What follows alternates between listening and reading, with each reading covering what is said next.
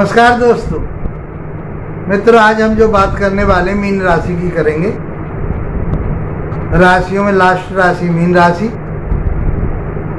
और मीन राशि के लिए अक्टूबर 2024 का ये मासिक राशिफल क्या प्रभाव देने वाला है।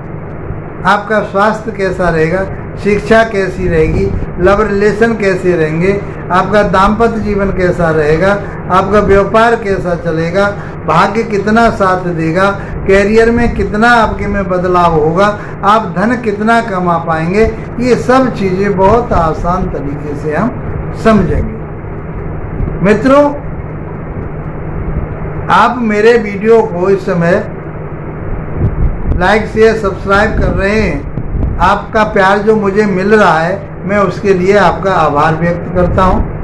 इसी तरह से आप मेरे ऊपर प्यार दर्शाते रहें तो मुझे एक बल मिलता है, एक ताकत मिलती है। और आप कोई कमेंट्स करते हैं तो YouTube पर, तो मैं उसकी रिप्लाई देता हूँ आपके लिए।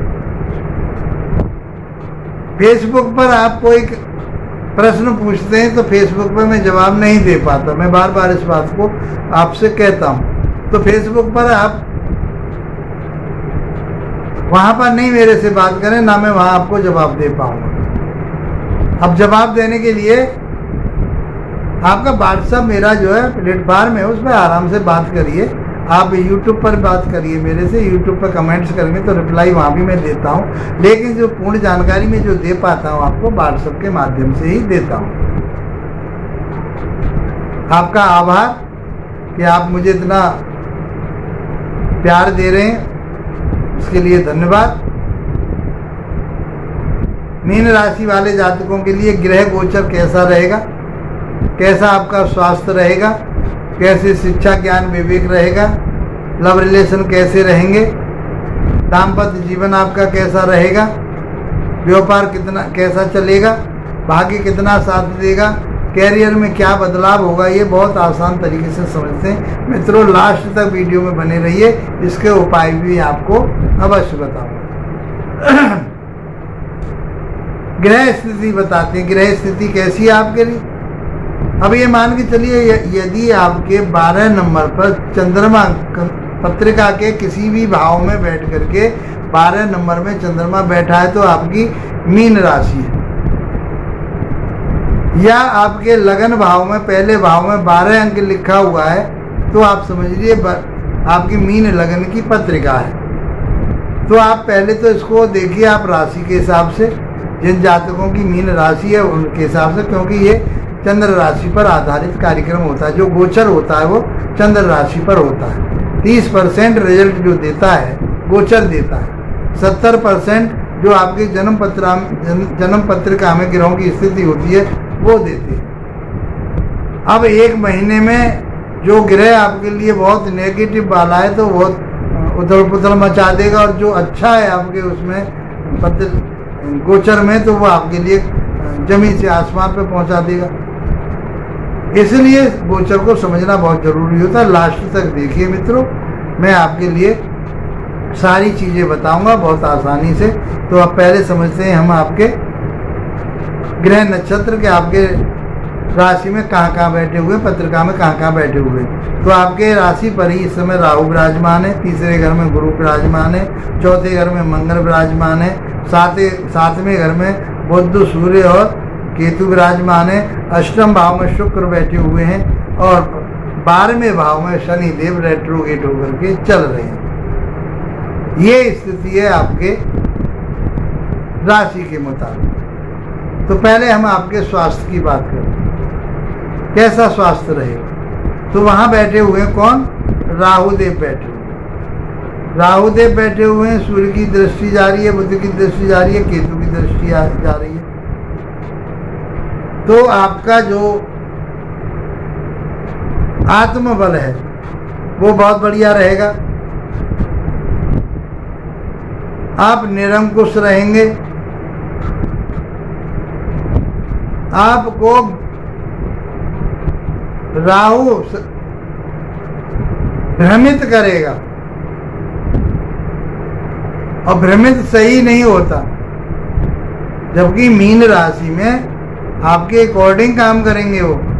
लेकिन उनका नैसर्गिक स्वभाव कैसा है? नैसर्गिक स्वभाव तो उनका अच्छा नहीं है। तो जाएंगे कहीं, बताएंगे कहीं, कहेंगे, सोचेंगे कुछ, कहेंगे कुछ। आपकी करनी में और कथनी में अंतर डाल देंगे। आपको झूठ भी बुलवा सकते हैं, आपको मनचला बना सकते हैं, कोई इन्फेक्शन दे सकते हैं। इन सारी चीज़ों का ध्यान रखना है। वैसे आपके लिए, क्योंकि गुरु की राशि में बैठ करके गुरु बैठे हुए हैं आपकी राशि के मुताबिक तीसरे भाव। तीसरा भाव होता है छोटे भाई बहनों का, नौकर चाकरों का, मीडिया का, दूरसंचार का, छोटी यात्राओं का। तो ये सब चीज़ें आपसे करवानी। और गुरु राशि के स्वामी होकर के आपके अंदर एक मजबूती तो देते हैं, आपका ज्ञान अच्छा बनाएंगे, आपकी शिक्षा अच्छी कराएंगे गुरुदेव। क्योंकि गुरु कोई बुरी स्थिति में नहीं है, उनके ऊपर कोई पाप प्रभाव भी नहीं है, तो दिक्कत की कोई बात नहीं है आपको। राहु थोड़ा सा मनचला बनाते हैं आपको निरंकुश बनाएंगे, तो उसके ऊपर आपको थोड़ा सा काबू करना पड़ेगा। राहु के उपचार बताएंगे और भी उपचार बताएंगे, तो आपका ये महीना बहुत अच्छा निकलने वाला होगा।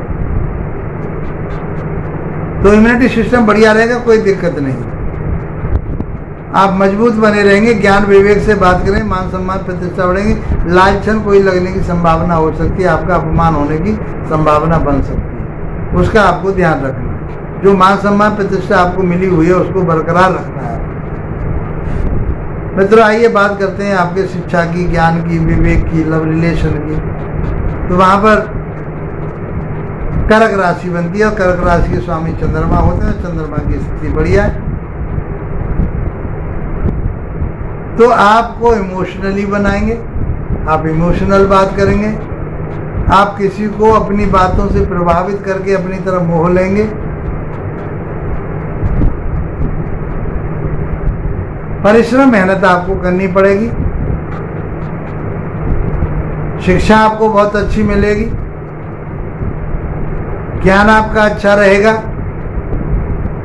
कोई बुरा प्रभाव नहीं है। भ्रमित ना हो, क्योंकि राहु की दृष्टि जाती है, तो भ्रमित ना हो।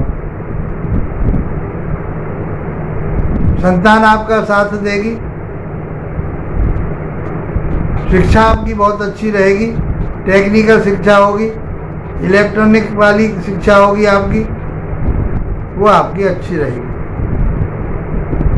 लव रिलेशन आपके बढ़िया रहेंगे। कुल मिला के हम ये कहें कि पंचम भाव के जो कारकत्व है वो आपको पूरे मिलेंगे। शिक्षा, ज्ञान, विवेक अच्छा रहेगा, लव रिलेशन बढ़िया रहेंगे, संतान आपका साथ देगी, ये सब चीज़ें आपको मिलेगी।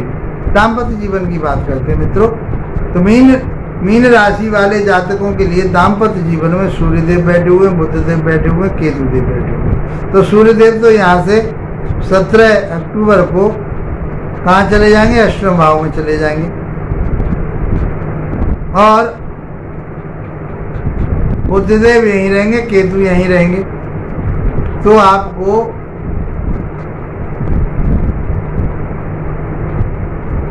चोट फेंट लगने की संभावना, क्यों? केतु चोट फेंट दे देते हैं।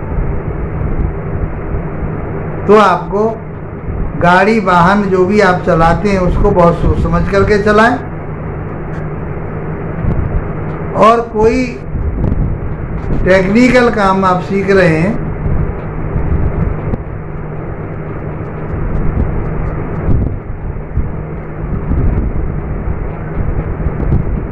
उसका आपको ध्यान रखना पड़ेगा, उसको आपको अच्छी तरह से प्राप्त होगा। तो यहाँ बैठ करके आपकी जो टेक्निकल कोई काम है, कोई व्यापार है, कोई बिजनेस है, वो आपका अच्छा चलेगा, कोई दिक्कत नहीं है। सातवां भाव होता है आपका बिजनेस का, दैनिक रोजगार का। तो सूर्य आपके लिए ऊर्जा दे रहे हैं। दवाइयों से संबंधित आप काम करते हैं, चाहे आप जो कोई व्यापार करते हैं, आप बैंकिंग में काम करते हैं, शेयर मार्केट का काम करते हैं, चाहे आप कमीशन का काम करते हैं, चीज़ सब आपको अच्छी मिलेगी, कोई दिक्कत इसमें नज़र नहीं आ रही। पार्टनरशिप बढ़िया रहेगी आपकी, दाम्पत्य जीवन बढ़िया रहेगा, वैवाहिक जीवन में खुशहाली रहेगी, कोई ऐसी सरदर्दी नहीं, आर्गुमेंट से आपको बचना पड़ेगा। बुद्धदेव आपकी वाणी के और बुद्धि विवेक के ज्ञान के मालिक हैं, तो वो कंट्रोल करके चलेंगे और आपका वैवाहिक जीवन बढ़िया रहने वाला है। बात आपकी करते हैं हम भाग्य की। तो भाग्य के स्वामी कौन बनते हैं? मंगलदेव बनते हैं। मंगलदेव कहाँ गए? चौथे भाव में गए। तो आपका भाग्य बहुत अच्छा चल रहा है, पूरा साथ देंगे, एक ऊर्जा बनी रहेगी। आप धर्म कर्म से जुड़ेंगे, आप गुरुओं का सम्मान करने वाले होंगे, पिता का सम्मान करने वाले होंगे, गुरु जैसे लोगों का आप सम्मान करेंगे। आप धार्मिक संस्थाओं से जुड़ेंगे, धार्मिक स्थानों पर घूमने के लिए जाएंगे, यात्राएं करेंगे, आपके लिए लाभ प्राप्त होगा।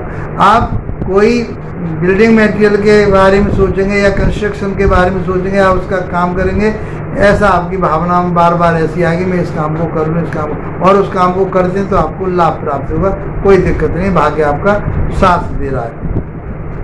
क्योंकि भाग्य चौथा भाव होता है भूमि का, भवन का, वाहन का। आप जमीन जायदाद लेना चाहते हैं, लीजिए। आप कोई मकान बनाना चाहते हैं, बनाइए। आप बिल्डिंग मटेरियल वगैरह का काम करना चाहते हैं तो करिए।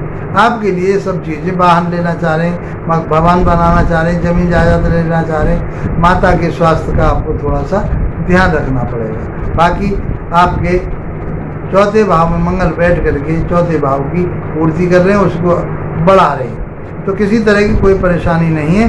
क्योंकि मीन लगन की पत्रिका में मंगल योग कारक हो जाते हैं, श्रेष्ठ कारक हो जाते हैं, फल देने वाले हो जाते हैं, तो आपके चौथे भाव को बढ़ाएंगे और आपके दाम्पत्य जीवन को भी बढ़ाएंगे। वैसे आप मांगलिक दृष्टिकोण में आ जाएंगे इस पीरियड में, लेकिन ये मंगल आपके लिए बुरा नहीं, अच्छा ही रहेगा, कोई दिक्कत नहीं है। आप यात्राएं करते रहिए, आप धर्म कर्म के मार्ग पर चलते रहिए। मैं समझता हूँ कि ये समय आपका बहुत बढ़िया रहने वाला है। अब बात करते हैं आपके कैरियर की। तो कैरियर के स्वामी गुरुदेव बनते हैं और गुरुदेव तीसरे भाव में बैठे हुए हैं। तो आपका चाहे शिक्षा से संबंधित काम है, चाहे आपका कोचिंग पढ़ाते हैं आप, चाहे ज्योतिष का काम करते हैं, कोई कंसल्टेंसी का काम करते हैं, आप सलाहकारिता का काम करते हैं, तो ये आपके लिए बहुत अच्छा रहने वाला, कोई दिक्कत आपके कार्य व्यापार में नहीं आए, खराब नहीं नजर आ रहा। पिता के साथ संबंध बहुत बढ़िया रहेंगे, आप उन्नति करेंगे, तरक्की करेंगे। आप नौकरी कर रहे हैं उसमें भी आपके लिए लाभ होगा, आप व्यापार कर रहे हैं उसमें भी लाभ होगा।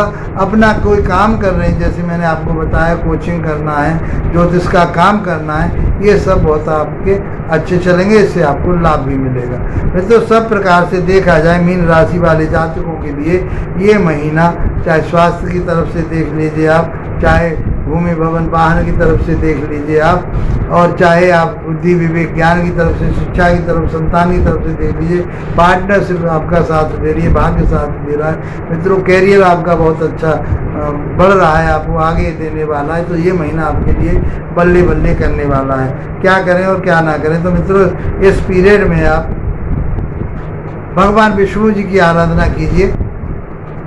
मैं समझता हूँ कि ये महीना आपका बहुत अच्छा रहने वाला है, आपको उन्नति और तरक्की की तरफ ले जाने वाला है। इसी के साथ आप लोगों का धन्यवाद, नमस्कार।